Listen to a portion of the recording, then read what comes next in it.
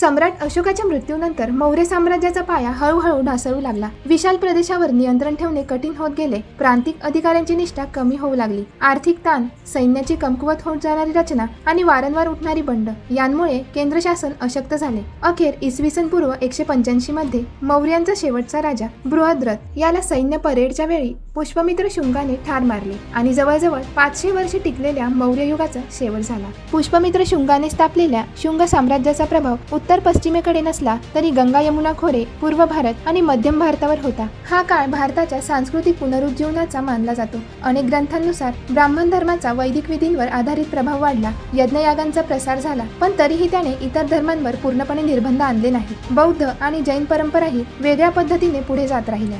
या काळात संस्कृत साहित्य, नाटक आणि शिक्षण व्यवस्था विशेष फुलली. पुष्पमित्र शुंगाचा नातू अग्निमित्र याच्यावरील मालविकाग्निमित्र हे नाटक कालिदासाने पुढे लिहिलं. याचा संदर्भ याच कालाच्या सांस्कृतिक पार्श्वभूमीतून येतो. शुंग साम्राज्याच्या उत्तरार्धात सत्ता क्षीण होत गेली. शेवटी वासुदेव कान्वाने शेवटचा शुंग राजा ठार करून कान्व वंशाची स्थापना केली. कान्वांचे राज्य तुलनेने छोटे पण सुस्थित होते. या काळात व्यापार आणि सांस्कृतिक देवाणघेवाण अधिक वाढली. परकीय संपर्कांमध्ये विशेषतः यवन म्हणजेच ग्रीक, शक आणि कुशाण राज्यकर्त्यांचा प्रभाव दिसून येतो. त्यांच्या मार्फत नाणी बनवण्याची नवी पद्धत, शिल्पशैली आणि वस्त्र परंपरा भारतात आल्या. काही इतिहासकार सांगतात की या देवाणघेवाणीतूनच पुढे गंधार शैली, नागर बौद्ध कला आणि नवीन शिल्प परंपरा आकारास आल्या. मौर्यांच्या केंद्रीकरणानंतरचा हा मुक्त कालखंड प्रांतांना स्वतःची ओळख घडविण्याची संधी देतो. परिणामी भारतातील कला, शिक्षण, तत्वज्ञान, व्यापारी मार्ग आणि धार्मिक परंपरा नव्या दिशांना फुलायला लागल्या. म्हणूनच मौर्योत्तर काळ समजून घेतल्यावर आपण पाहतो की साम्राज्य कोसळते तरी संस्कृती कधीच थांबत नाही.